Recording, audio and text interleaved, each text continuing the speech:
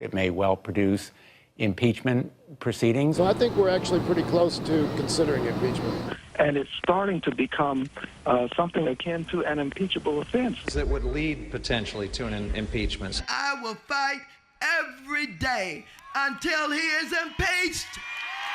President Trump's opponents, particularly Democrats, are starting to suggest he should be impeached for various offenses. But is that actually a possibility, or is it just a pipe dream for those who say Trump should be out of office?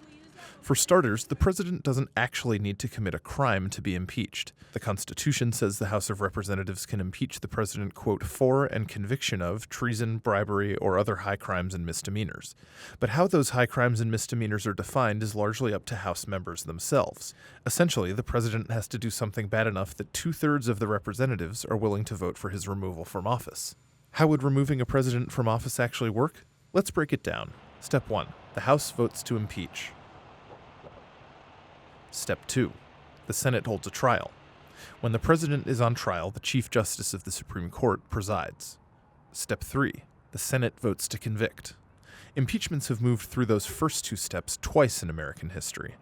The first ever impeachment of a U.S. president came when Andrew Johnson was impeached in 1868 for violating the Tenure of Office Act, a law that required the president to get a Senate vote before dismissing any member of his cabinet.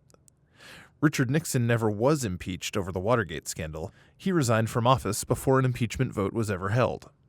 In 1998, President Clinton was impeached for perjury and obstruction of justice as the Monica Lewinsky scandal played out. But neither Clinton nor Johnson was convicted by the Senate, meaning no U.S. president has ever been removed from office as the result of an impeachment.